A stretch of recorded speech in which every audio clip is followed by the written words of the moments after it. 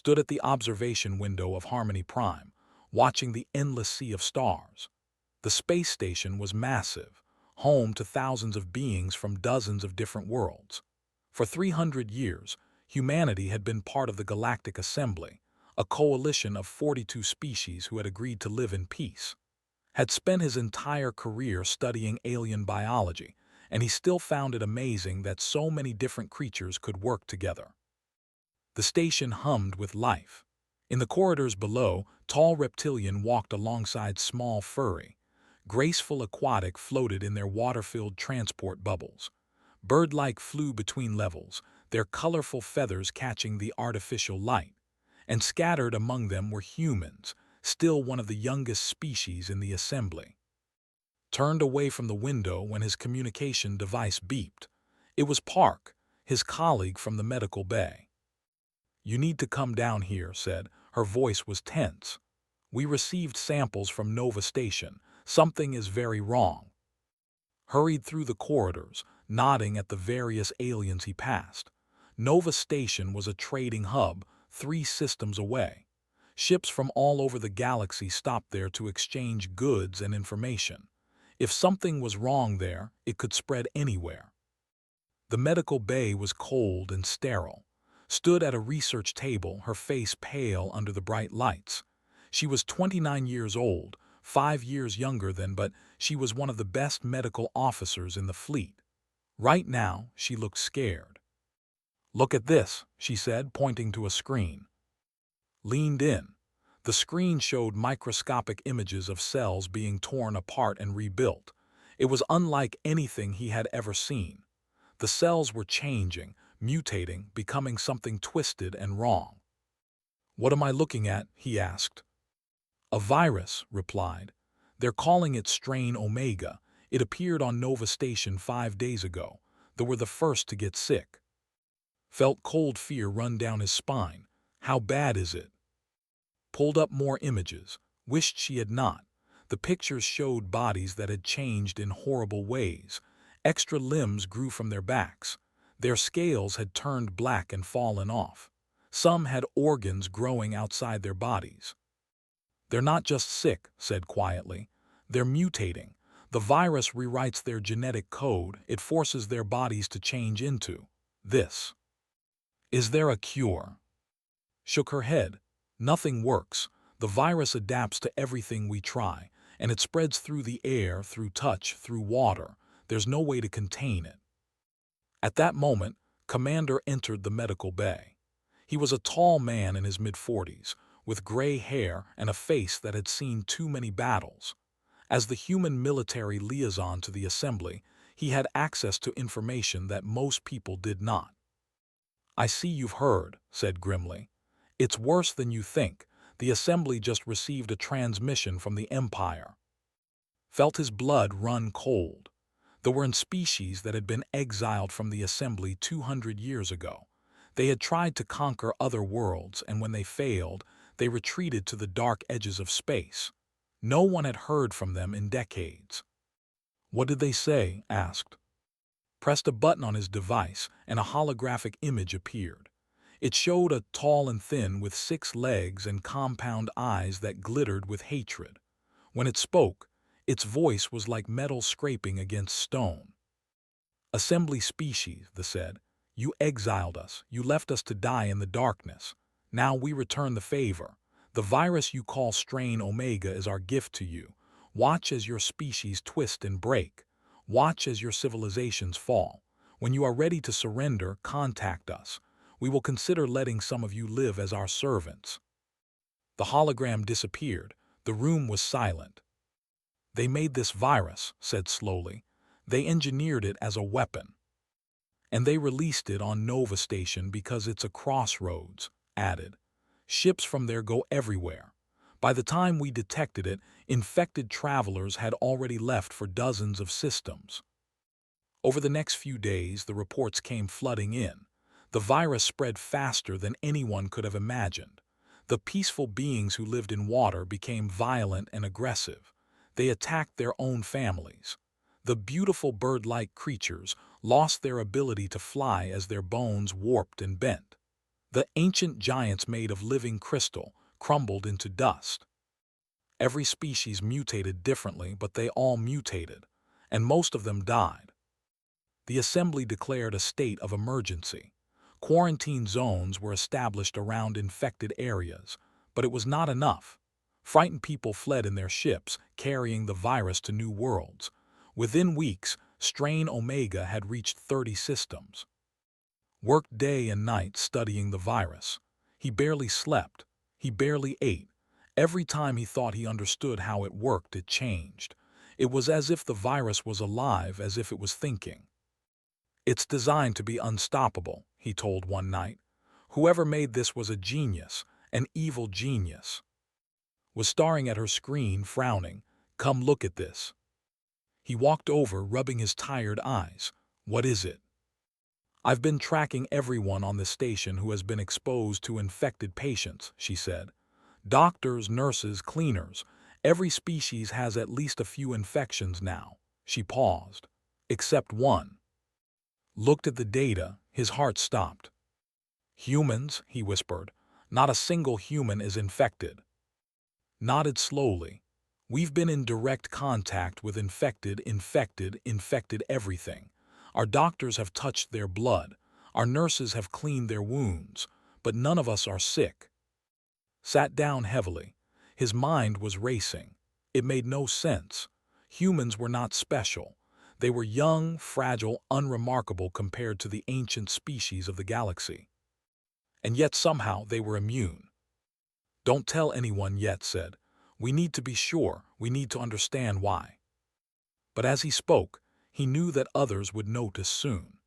In a galaxy where every species was falling to a terrible plague, humanity would not be able to hide its survival for long. The question was not whether the galaxy would notice. The question was what they would do when they did. Outside the station, the stars continued to shine. But on 100 worlds, beings were screaming as their bodies changed against their will. And in the darkness of space, the watched and waited, certain that their revenge was complete. They had no idea that their perfect weapon had a flaw. 3 months had passed since the first infection on Nova Station. In that time, the galaxy had become a nightmare. Lee pressed her face against the dirty window of the shelter watching the streets outside. She was 26 years old, a pilot who had been delivering supplies when the quarantine locked down the planet. Now she was trapped here, along with thousands of others, waiting for a rescue that might never come. They were changing. Had always liked They were a canine species, friendly and loyal, with soft fur and warm eyes. The On had welcomed the stranded travelers, shared their food, and offered their homes. They were good people. Now they were becoming monsters. She watched as it stumbled down the street. Its body was wrong. Its legs had grown too long, bending in directions that legs should not bend. Its fur had fallen out in patches, revealing gray, rotting skin underneath. And its eyes, once kind and gentle, were now filled with mindless hunger.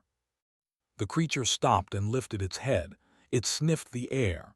Then it turned toward the shelter. "Get away from the window," someone whispered behind her. "Step back." The shelter was crowded with survivors, mostly who had not been infected yet, along with a handful of aliens from other species, and 7 humans. The door shook as something slammed against it from outside. Then again, and again. The Mutated was trying to get in. "It can smell us," an older said, his voice shaking. "It knows we're here." Looked at the door. It was strong, but it would not hold forever. They needed to move. "There's a ship at the landing pad," she said. "My ship. If we can get to it, I can fly us out of here." "The streets are full of those things," another survivor said. "We'll never make it." Thought about her options. There were not many. She could stay here and wait for the door to break, or she could run and hope that luck was on her side. She chose to run. The group moved fast through the back alleys of the city, led the way, her heart pounding in her chest. Behind her, she could hear the howls of Mutated echoing between the buildings. They were hunting. They lost 2 people before they reached the landing pad. A young who could no longer fly was caught and dragged into the shadows. An old tripped and could not get up in time. Wanted to help them, but there was nothing she could do. If she stopped, they would all die. The ship was still there, untouched. Had never been so happy to see a piece of metal in her life. She unlocked the door and pushed everyone inside, counting heads as they passed. "Go, go, go," she shouted. She jumped into the pilot's seat and fired up the engines. Through the window, she could see dozens of mutated creatures running toward them, their twisted bodies moving with horrible speed. The ship lifted off just as the first ones reached the landing pad, pushed the engines to full power, and they shot into the sky, leaving the nightmare behind. Only when they were in space did allow herself to breathe. Her hands were shaking. Her clothes were covered in blood, not hers, from when a mutated creature had scratched one of the other survivors. She had been exposed. She knew she had been exposed. But hours passed and she felt fine. No fever, no pain, no changes. She did not understand why. On the other side of the galaxy was fighting a different kind of battle. Was 38 years old, an engineer who had spent his entire career building and fixing things. Now he was on a space station called Refuge 7, trying to keep the emergency containment systems working. The station was supposed to be a safe zone, a place where uninfected survivors could wait out the plague. But the virus had found its way in anyway. The containment bay was a mess. Warning lights flashed red. Alarms screamed. Behind the transparent walls, infected aliens thrashed and mutated, their bodies changing in real time. Some grew extra arms. Others lost their faces entirely. One, a crystal giant who had once been beautiful, was crumbling into sharp fragments. Worked quickly, sealing broken doors, rerouting power, keeping the containment field stable. If it failed, the infected would break free, and the entire station would fall. "How much longer?" his supervisor shouted over the noise. 10 minutes, shouted back, "maybe less." He crawled into a maintenance tunnel, his tools clanking against his belt. The air was thick with contamination warnings. His suit told him that the virus was everywhere, floating in the air, covering every surface. He had been breathing it for hours. But he was not sick. Had noticed this 2 weeks ago. Other engineers had gotten infected, one by one. They had been pulled from their posts, taken to the medical bay, and never returned, but kept working. He kept breathing the contaminated air. He kept touching contaminated surfaces, and nothing happened. He did not know why. He did not have time to think about why. There was too much work to do. By the time he finished repairing the containment systems, the crisis was over. The infected were secured. The station was safe, at least for now. Sat down on the floor of the maintenance tunnel, too tired to move. His supervisor found him there an hour later. "You should be dead," the supervisor said, staring at the contamination readings on suit. "You've been exposed to more of the virus than anyone else on this station. How are you still alive?" Looked up at him. "I don't know," he said honestly. "I really don't know." Across the galaxy, the death toll continued to rise. 31 species had been infected. 200 worlds had reported outbreaks. Billions of beings had mutated or died. Ancient civilizations that had existed for thousands of years were falling apart in weeks. The assembly was in chaos. Leaders screamed at each other in emergency meetings, blaming each other for the disaster, demanding solutions that no one had. Some wanted to destroy infected planets entirely, burning them with nuclear fire to stop the spread. Others wanted to surrender to thee and hope for mercy. But there was no mercy. They had made that clear. They wanted revenge, and they were getting it. On Harmony Prime worked without rest. His eyes were red from lack of sleep. His hands shook from too much caffeine.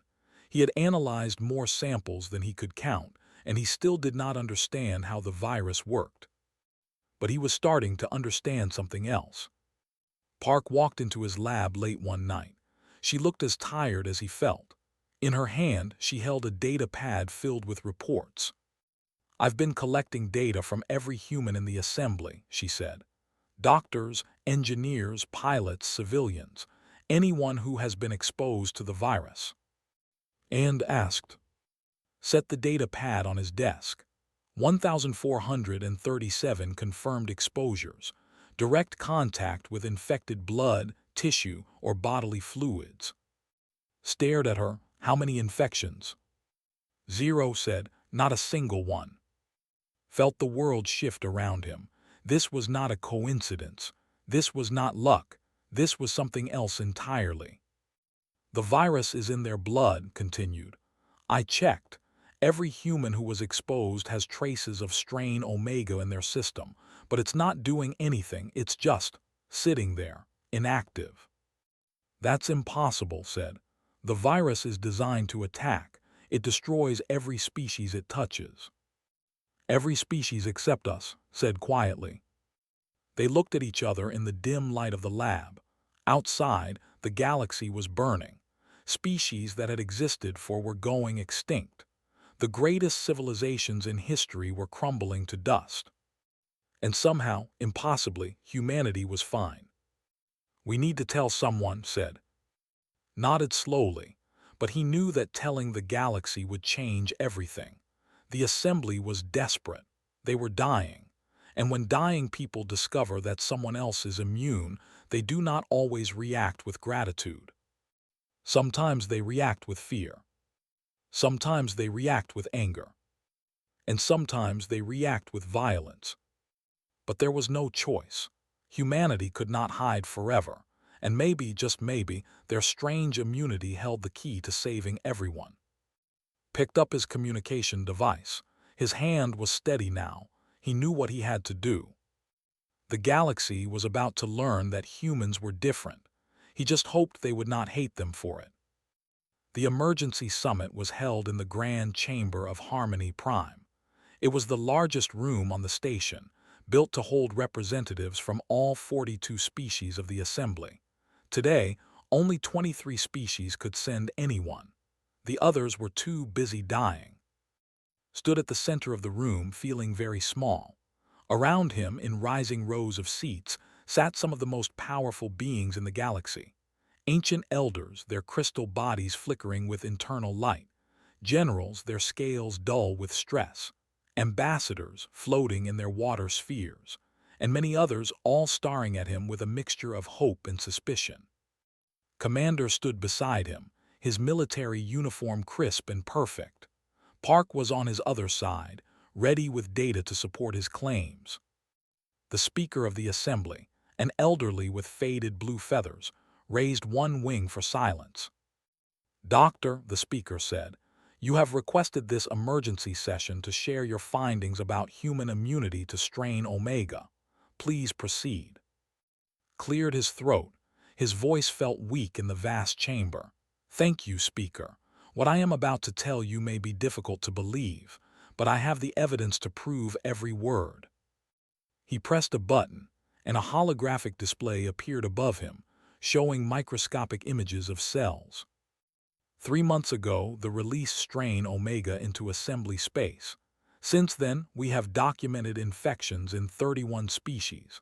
The virus attacks the genetic code of its hosts, forcing rapid and uncontrolled mutation.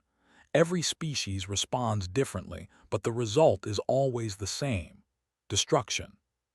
He changed the image. Now it showed human cells, with the virus floating among them. Humans have also been exposed to the virus.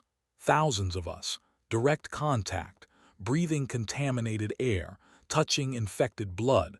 By every measure, we should be infected. He paused, letting the words sink in. "We are not." A murmur ran through the chamber. The general leaned forward, his yellow eyes narrowing. "What do you mean, you are not infected? The virus attacks all carbon-based life." "It does attack us," said, "but our bodies respond differently. Let me show you." The holographic display changed again. This time, it showed the virus entering a human cell. Everyone watched, expecting to see the terrible mutations begin. But instead, something strange happened. The cell absorbed the virus. It took the viral genetic code and folded it into itself, quietly, calmly, without any damage at all. "We absorb it," explained. "The virus enters our cells, but instead of fighting it, our bodies simply accept it. We integrate it into our genetic code as if it were always meant to be there." The chamber exploded with voices. Everyone was talking at once. Some were shouting questions. Others were shouting accusations. The speaker had to bang her wing against the podium several times to restore order. "Silence," she commanded. "Let the human finish." Waited until the room was quiet again. "I know how this sounds. I know some of you think we created this virus or that we were prepared for it. But I can explain why we are immune, and it has nothing to do with planning." He changed the display one more time. Now it showed a comparison between human DNA and the DNA of other species. "Human beings are not special," he said. "We are young compared to most of you. Our civilization is primitive. Our technology is borrowed from others. But there is one thing that makes us unique." He pointed to a section of the human genetic code, highlighted in red. 8% of our DNA comes from viruses." The chamber was silent now. Everyone was listening. "For millions of years, our species was attacked by diseases," continued. "Plagues, infections, parasites. We had no technology, no medicine, no way to fight back. Our ancestors died in huge numbers, but the survivors carried something with them.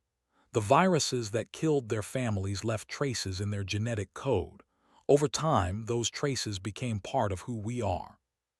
He looked around the room, meeting the eyes of beings who had lived for centuries, whose species had conquered stars while humans were still hunting with sticks. "Strain Omega is just another virus to us.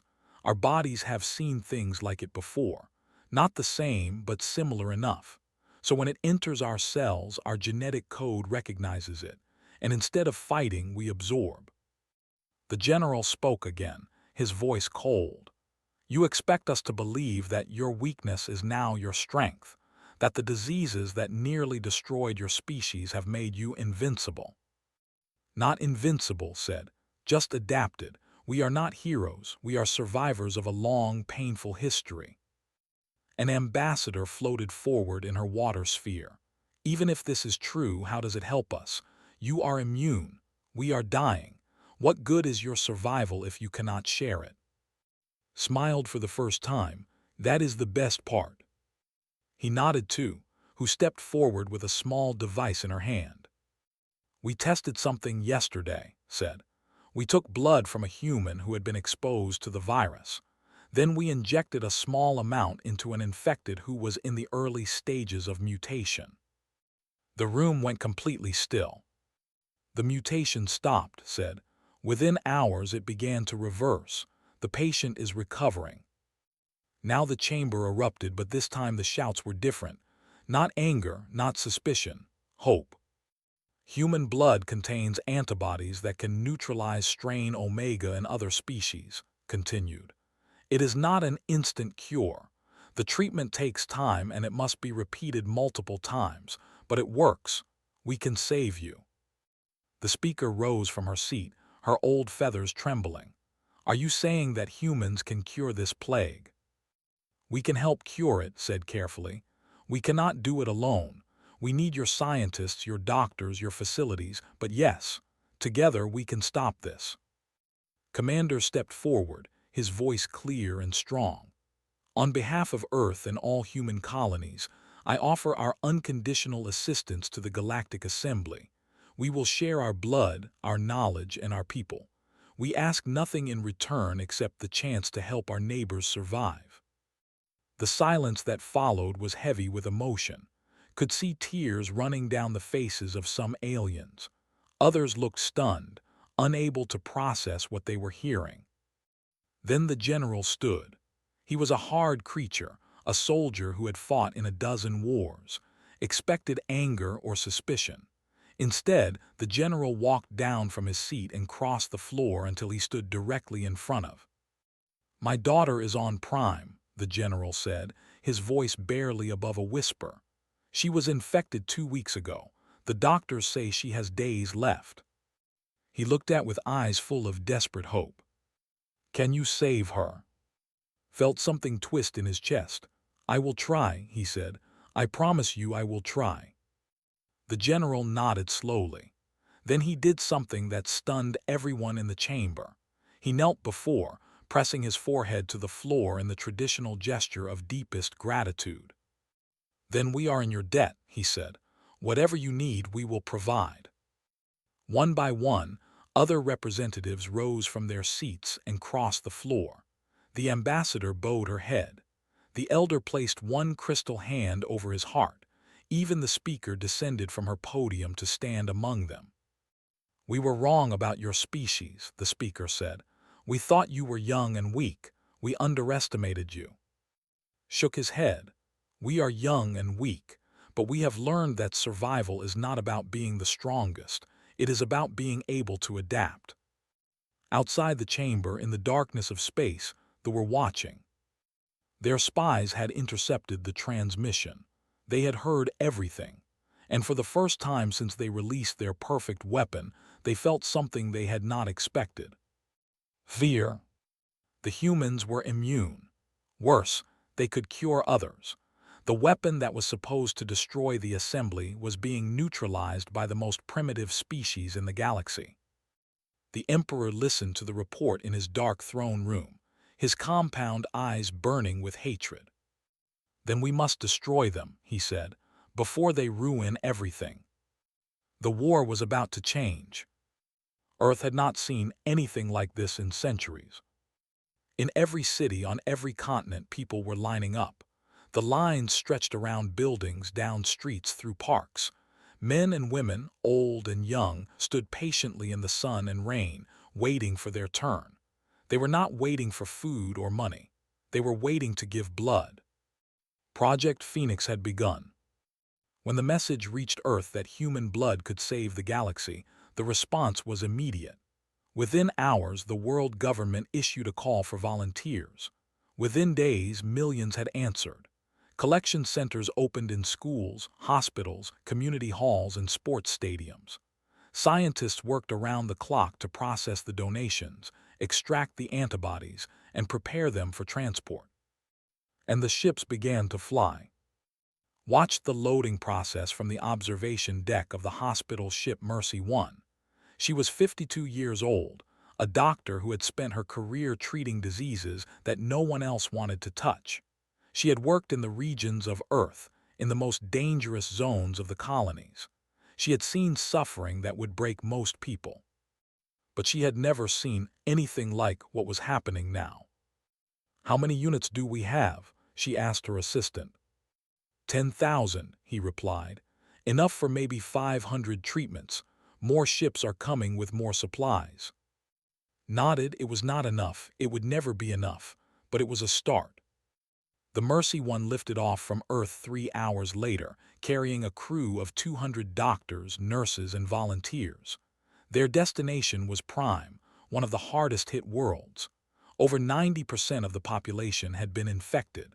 Most had already mutated. Some were still in the early stages, where treatment might still help. The journey took 6 days. Spent most of that time training her team. The treatment protocol was simple but exhausting. Each patient needed multiple transfusions of processed human blood. The antibodies would fight the virus inside their bodies, slowly revealing the mutation. But it was painful, it was terrifying, and it did not always work. "Some patients will die even with treatment," told her team. "Some are too far gone. We cannot save everyone, but we will save as many as we can." When they arrived at Prime, understood what true devastation looked like. The cities were in ruins. Buildings had been destroyed by the infected, who in their mutated madness had torn through everything. Bodies lay in the streets, twisted into shapes that barely looked alive. The sky was dark with smoke from fires that no one had come to put out. The survivors had gathered in camps on the outskirts of the cities. Thousands of huddled together, waiting for a miracle. When the Mercy 1 landed, They stared at the humans with eyes full of desperate hope. Set up her treatment facility in a cleared warehouse. Within hours, the first patients were brought in. A young child was among them, a girl whose mutation had just begun. Extra scales were growing on her face, and her limbs were starting to bend in wrong directions. "This is General's daughter," an assistant said quietly, "the one he spoke about at the summit." Looked at the frightened child and felt her heart ache. "Then we start with her." The treatment took 8 hours. Injected the human antibodies directly into the child's bloodstream, watching the monitors carefully as the medicine fought against the virus. The girl screamed sometimes, as the mutation tried to continue but was blocked by the treatment. Other times she fell into a deep, exhausted sleep. By morning, the extra scales had stopped growing. By evening, they were falling off, and 2 days later the girl opened her eyes and asked for her father. General arrived the next day. When he saw his daughter running toward him, healthy and whole, he fell to his knees and wept. He grabbed hands and kissed them, thanking her in words that she did not fully understand. "You saved her," he said. "You saved my child." Felt tears in her own eyes. She saved herself, we just helped. Across the galaxy, scenes like this were happening everywhere. Lee had become a pilot for Project Phoenix, flying supplies between treatment centers. She had escaped with a handful of survivors, and she had spent weeks wondering why she had been spared. Now she knew. She had been spared so she could help others. Her ship, the Swift Wing, was small but fast. She could reach quarantine zones that larger ships could not. She carried blood supplies, medicine, and sometimes doctors who were needed urgently elsewhere. Every trip was dangerous. Infected creatures sometimes attacked the landing zones. Space pirates hopping to steal the precious cargo tried to intercept her, but kept flying. "You're crazy," her co-pilot said one night, after a particularly close escape from a pirate ambush. "You could get killed out here." Smiled tiredly. "Everyone I met on thought they were going to die. Some of them did. I got lucky. The least I can do is give someone else the same chance." The engineer from Refuge 7 had also found his purpose. He was now leading teams that built mobile treatment facilities. These were portable medical units that could be set up in any location, turning empty fields into hospitals within hours.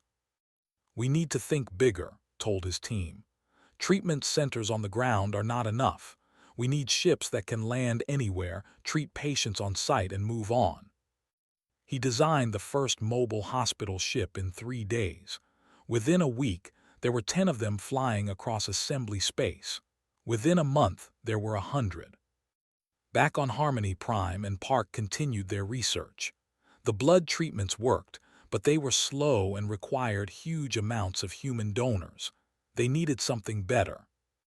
"If we can understand exactly how our bodies neutralize the virus," said, "we might be able to create a synthetic version, a vaccine that anyone can produce." Worked beside him day and night. They analyzed human DNA, looking for the specific sequences that allowed absorption of the virus. It was delicate work, complex and frustrating, but slowly they made progress. "I think I found it," said one evening, her voice shaking with excitement. "Look at this sequence here. It's the key. This is what allows us to absorb instead of mutate." Looked at the data, his heart began to race. "If we can replicate this, we can save everyone," finished. "Not just with our blood, with a real cure." But they were not the only ones working. In the darkness of space, the Emperor had gathered his war council.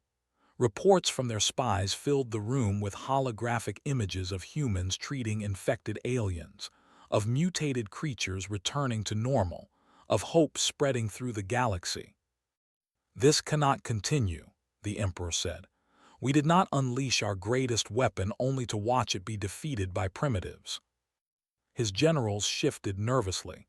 "What do you command, Majesty?"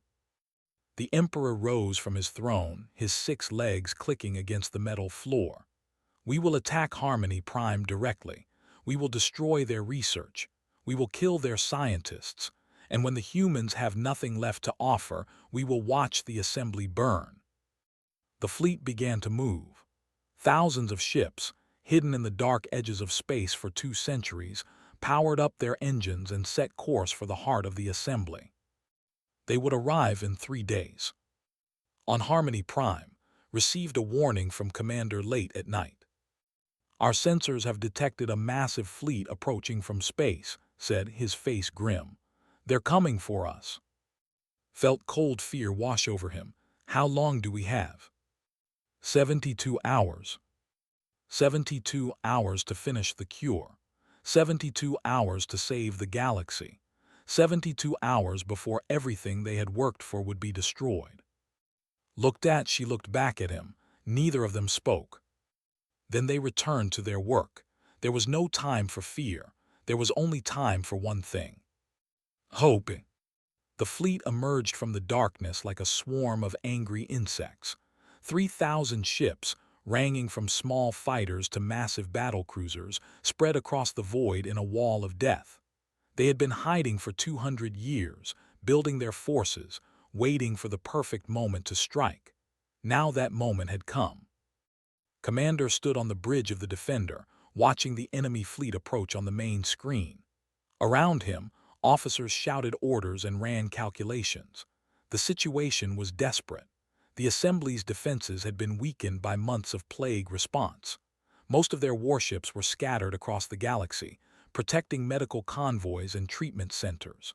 What remained at Harmony Prime was barely enough to slow the down, let alone stop them. "How many ships do we have?" asked.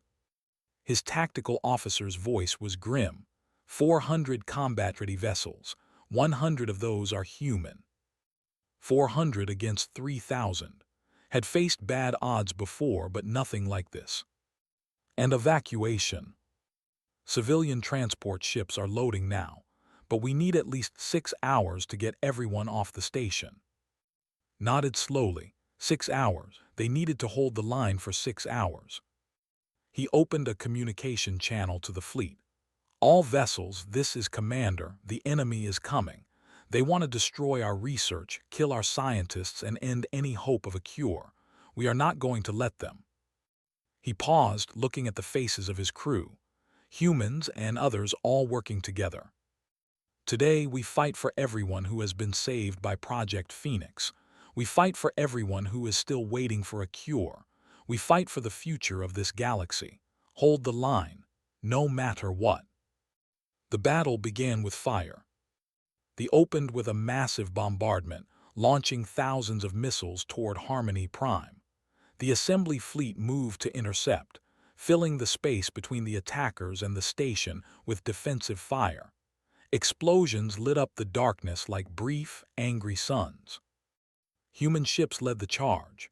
They were smaller than most assembly vessels, faster and more maneuverable. Had trained his pilots for exactly this kind of fight, using their speed to dodge enemy fire while striking at weak points. "Squadron 3, target their missile platforms," commanded. "Squadron 7, draw fire from their main fleet." The Defender shook as an enemy beam grazed its shields, grabbed a console to steady himself. On the screen, he watched 3 human fighters weave through a formation of cruisers, launching torpedoes that tore into the enemy hulls. But for every ship they destroyed, 3 more took its place. The enemy fleet was simply too large. On Harmony Prime, worked faster than he had ever worked in his life. His lab was filled with the sound of alarms and the distant vibration of explosions. The station shook every few minutes as enemy fire struck the shields. "How much longer?" asked, her fingers flying over the console. "Almost there," replied. "I just need to verify the sequence one more time." They had found it, the genetic key that allowed humans to absorb strain Omega. Now they were building a synthetic version, a vaccine that could give any species the same protection. But it was not complete. They needed more time. An explosion rocked the station, throwing against his desk. The lights flickered, then steadied. Through the window, he could see flashes of weapons fire painting the darkness. "Shields are failing," a voice announced over the intercom. "All personnel prepare for evacuation." Ignored it. He returned to his console and continued working. In space, Lee was flying the most dangerous mission of her life. Her ship, the Swift Wing, was racing toward the heart of the fleet. It was not a military vessel. It had no weapons beyond basic defensive systems, but it had something else: speed. Commander had given her a simple objective: get to the command ship, board it, capture their leader. "This is suicide," her co-pilot had said. "Maybe," had replied, "but if we can take their emperor, the fleet might surrender. It's worth the risk." Now she was dodging between cruisers, her ship twisting and rolling to avoid their fire. Explosions erupted all around her. Debris bounced off her shields. She flew by instinct, not thinking, just moving. "There it is," her co-pilot shouted. The command ship loomed ahead, a massive vessel at the center of the fleet. It was surrounded by dozens of escort ships, all protecting their emperor. Pushed her engines to maximum. The Swift Wing shot forward like an arrow. The escorts tried to intercept her, but she was too fast. She wove through their formation, her ship taking hits but staying together. Warning lights flashed across her console. The hull was breaching. The shields were failing. She did not care. At the last moment, she killed her main engines and fired her docking clamps. The Swift Wing slammed into the command ship's hull, locking on with a grinding screech of metal. "We're in," she shouted. "Go, go, go." Her team, a small group of human soldiers, blasted through the airlock and stormed into the ship. They moved fast, following the layout they had memorized from intelligence reports. The crew tried to stop them, but humans were faster, stronger in close combat than the aliens expected. Led the way, firing her weapon at anything that moved. They fought through corridor after corridor, leaving a trail of fallen enemies behind them. Finally, they reached the throne room. The Emperor stood at the center, surrounded by his guards. He was tall and thin, with 6 legs and compound eyes that glittered with hatred. He carried no weapons. He did not need them. He was confident that his guards would protect him. He was wrong. The fight was brutal but short. Human soldiers moved like a coordinated storm, covering each other, striking at weak points, never stopping. Within minutes, the guards were down and the Emperor stood alone. Pointed her weapon at his head. "You're coming with us." The Emperor hissed with fury. "You think capturing me will change anything? My fleet will continue fighting. They will destroy your station and everyone on it." "Let's test that theory," said. She activated her communication device. "Commander, we have the target." On the bridge of the Defender, received the transmission with a surge of hope. He immediately broadcast a message to the fleet. "Forces, this is Commander of the Galactic Assembly. We have captured your Emperor. Cease hostilities immediately, or he will face justice for his crimes." For a long moment, nothing happened. The ships continued firing. The battle raged on. Then, one by one, the enemy vessels began to stop. Their weapons powered down. Their engines slowed. Without their Emperor, they had no one to give orders. Their entire command structure had been built around him. Within an hour, the battle was over. On Harmony Prime looked up from his console as the alarms finally stopped. The station was battered, its shields nearly gone, its hull by dozens of impacts, but it was still standing. "Did we win?" asked quietly. Before could answer, his console beeped. The analysis was complete. The vaccine sequence was. Stared at the screen, tears forming in his eyes. "We won," he said. "We really won." Looked at the data, then at him. Her face broke into a smile, the first genuine smile he had seen from her in months. "Then let's finish this," she said. "Let's cure the galaxy." His voice came over the communication system.